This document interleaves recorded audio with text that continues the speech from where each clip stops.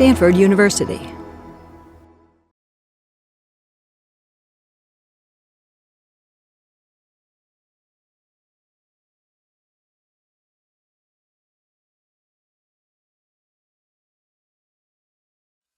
So, welcome back. It's wonderful to have you all, and I'm really excited to be in practice with you all today. Lama Rod, there was a question in the thread about proximity to power. Do you want to riff off of that with me for a second? Sure. Uh-huh. You go into your space. Mm-hmm. Um, Instead of thinking about my identity politics, and it's not like I don't think about my identity. Obviously, I'm in a Mm-hmm. Black Studies department, Africana Studies. I think about race, but Mm-hmm. how does proximity to power kind of change how you think about identity for you, Mm-hmm. Rod? Mm-hmm. Mm-hmm. Yeah, I've written about this in my current book, Love and Rage, but I'm always struggling to to really name my I want to say my fixation to power, because power exists. And that's like the first law, power exists, you know? And if I don't have power, then I'm, in certain cases, particularly thinking about social structure, I am suffering, And so I am really interested in some form of power to bypass the experience of oppression, because growing up, oppression was the absence of power, you know?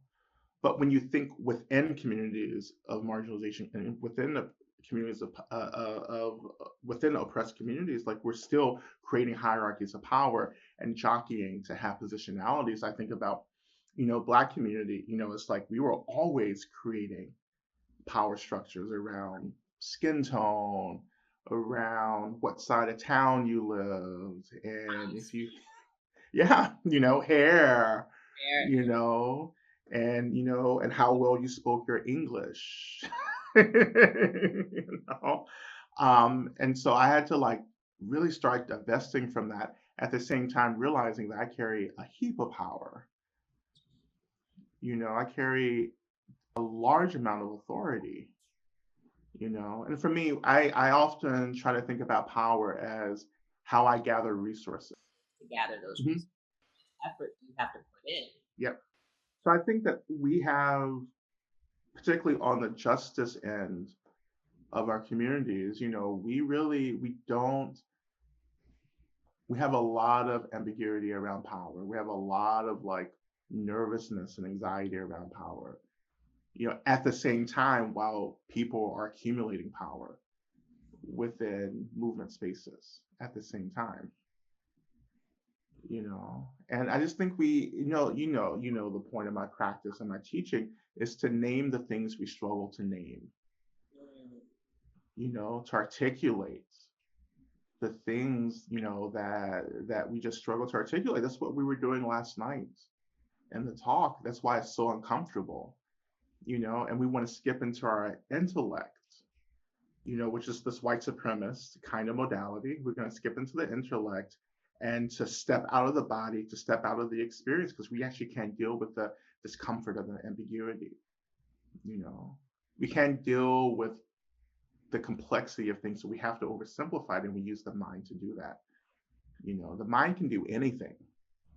you know the mind can go to the future, it can go back to the past, it can bullshit, it could create new narratives, but the body is happening in the moment.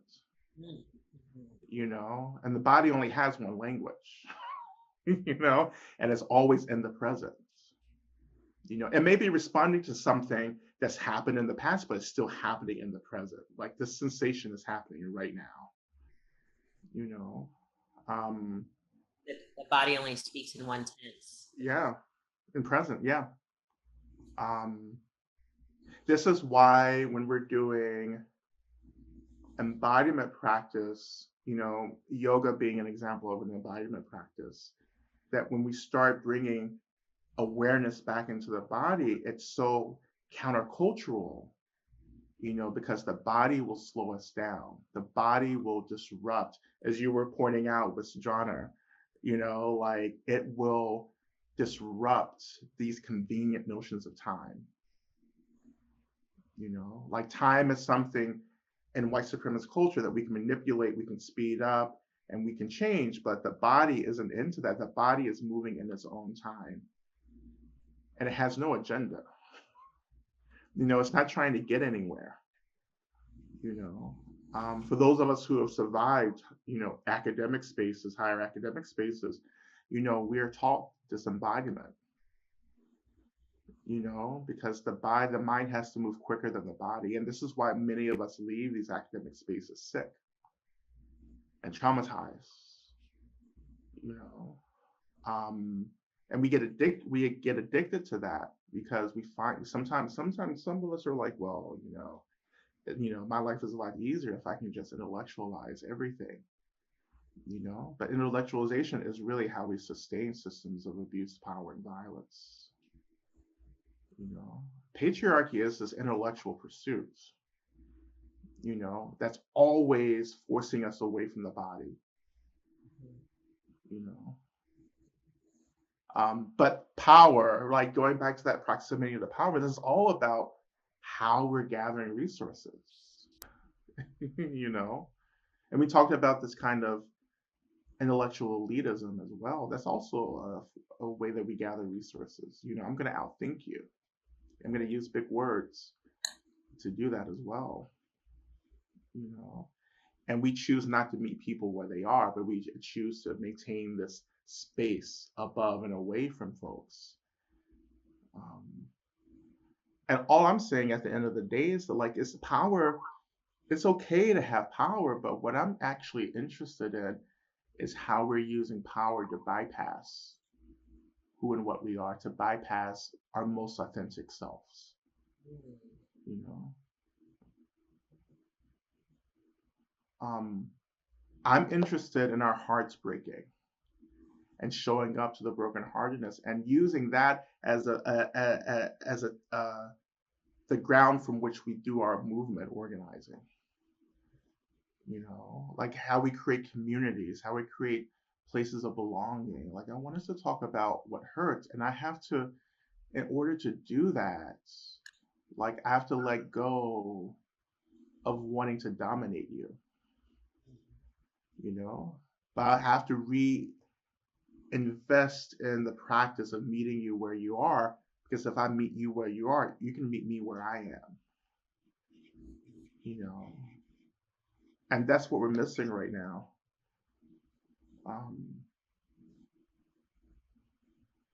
And I think that, it's so easy for some of us to gain access to resources through identity politics.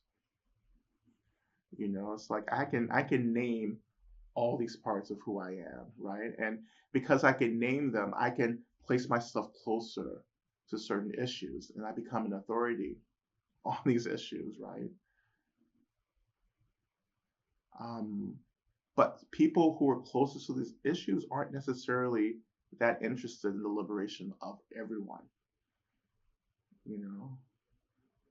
Like I practice Black Lives Matter, which is what, of course, Radical Dharma emerged from for us. Like I'm interested in the value of Black lives because I'm interested in the liberation of everyone.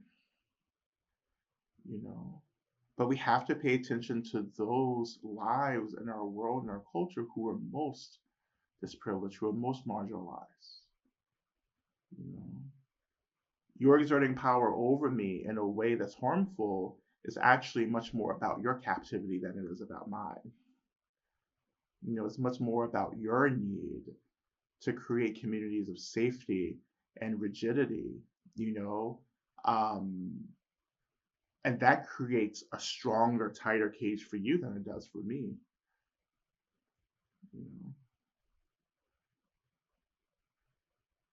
I don't know if that answers the question, but I just like open my mouth and just start talking, and somehow the answer emerges, or it doesn't. Or you can just say, I'm like this really gifted, profound teacher, and that maybe you're just not advanced enough to understand what I'm talking about. You're not. That's a spiritual teacher, Jedi mind trick. Oh, you just don't get it yet.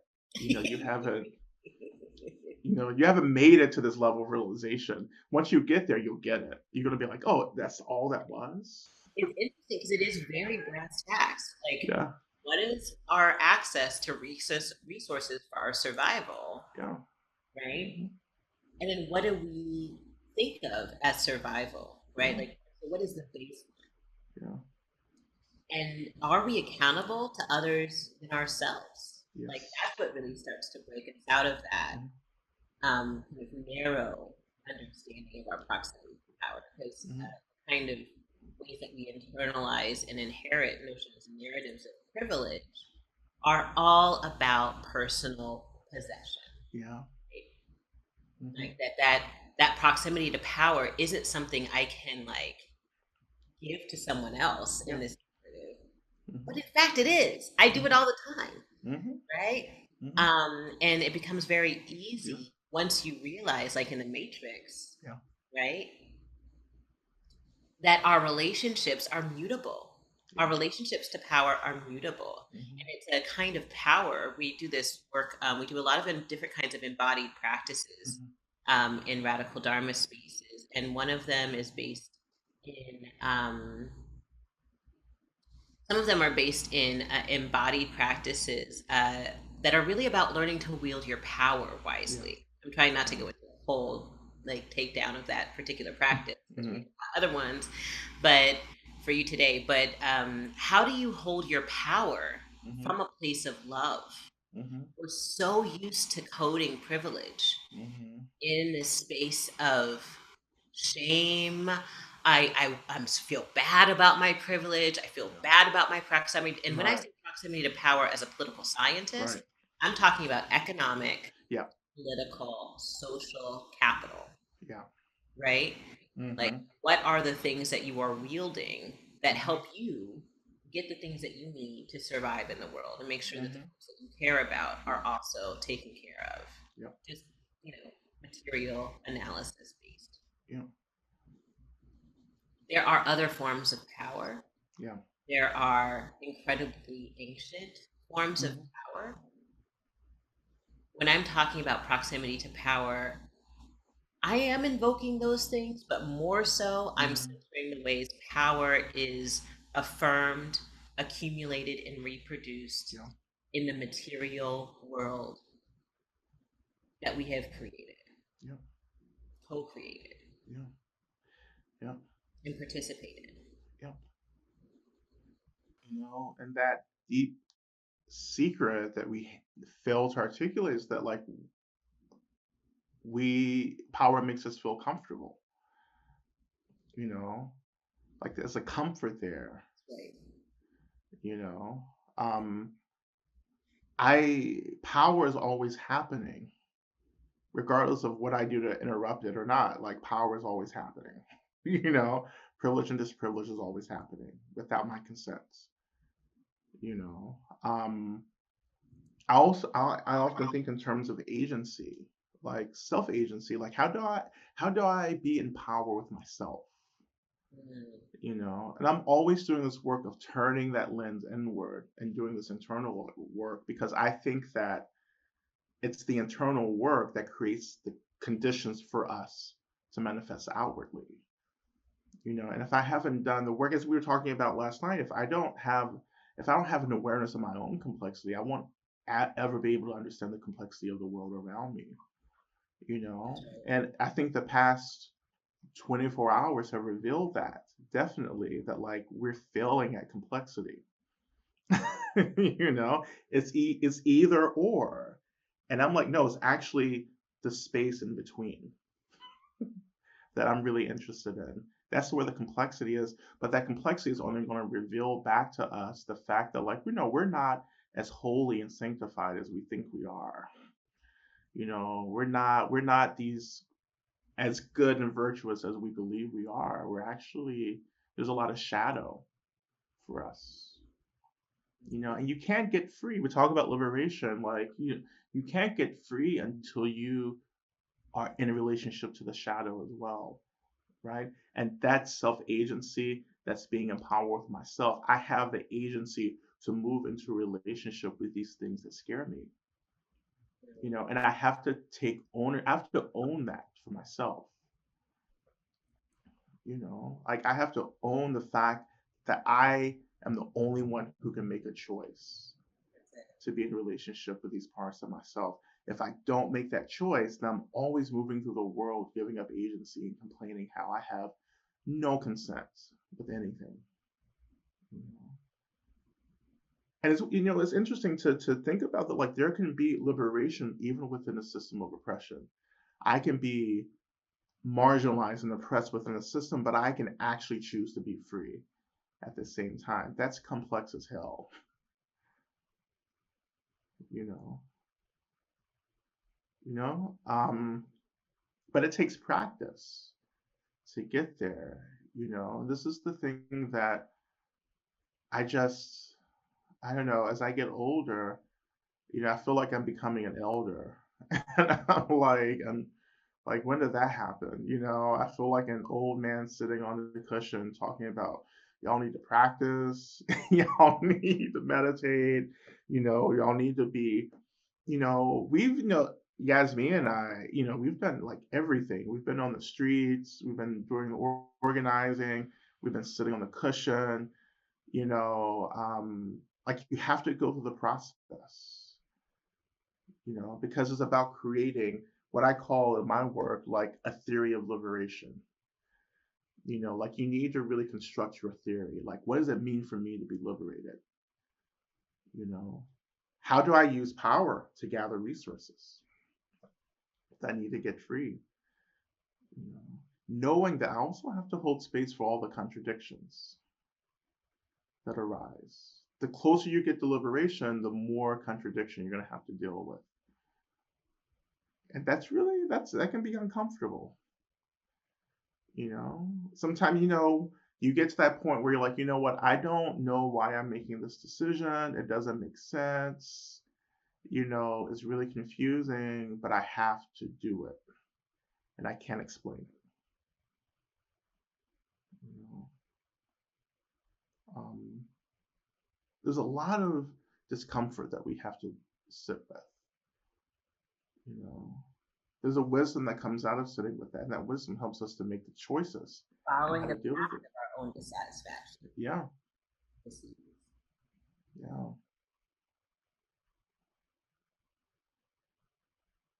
I mean,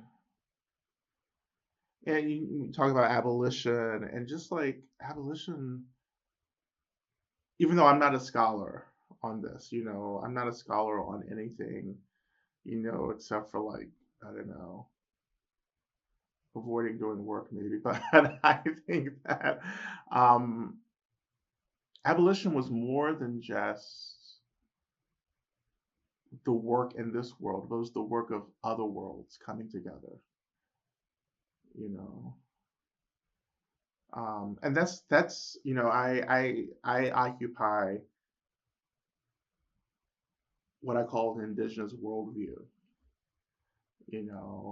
which means that I see the world in terms of energy and beings and consciousness and deities and gods, that inanimate objects are imbued with a level of consciousness that we have to respect, and honor.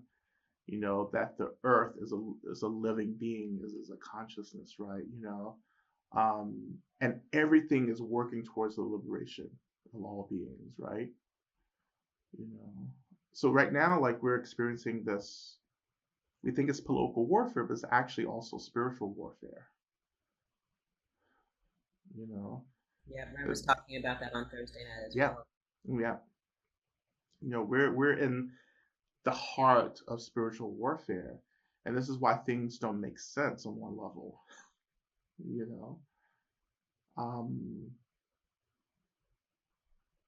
and it doesn't mean that, like, oh, like, it's not about forcing us, if we're like atheist or agnostic or something. It's not forcing us to take a worldview that's counter to what we value. It's just this kind of invitation to say, you know what, maybe there's more happening than what I see. You know, um, it's going to take more than voting to change a system. You know, as I grew up in a community where the elders would routinely fast, you know, and they would just like pray in the closet. And they're going to be like, you know, I'm going to be here a few days. And of course, the young people were like, what? You know? Everyone was like, you have to pray about it. You have to fast. You know, I was like, I don't think so. And then all of a sudden, I'm in a life where I'm telling people to do that seriously. No, you just have to pray. Like, where's your prayer at? You know, that's just my worldview again. You know, that's not a worldview I force on people necessarily, but like that's just one that helps me to make meaning out of all of this, you know? And also with power, I want to be in power with the phenomenal world. I don't want to dominate the phenomenal world. You know, like what does it mean to be in power? Empowerment. Yeah, we don't Yeah, have a Greek word for that. We have compassion to feel with. yeah, to feel. We have a be in power with word. Yeah. You know, I want to be in power with the land. I want to be in power with the air. I want to be in power with all the elements, right? You know, with the sunshine. I want to be in power with the sunshine. I'm not trying to dominate you. I just want to experience you. As I experience you, I experience myself. That's what we're so far away from experiencing ourselves. And if we can't experience ourselves, we'll never experience what freedom feels like. Like I just, you know, part of me, you know, when I think about freedom struggle and freedom movement, I just think so much of this is about how do I return back to my most authentic self? And our most authentic self isn't about violence and domination and conquering. It really isn't. You know, I believe in the inherent virtue and goodness of all beings. I trust that, even though you may be like the most evil person who has ever manifested in the world, right? Like maybe you have that label, but I still believe in your goodness. Like I have to, you know, because I believe in my goodness. And to be in power with myself means that like I am not trying to position myself as being more important than you are.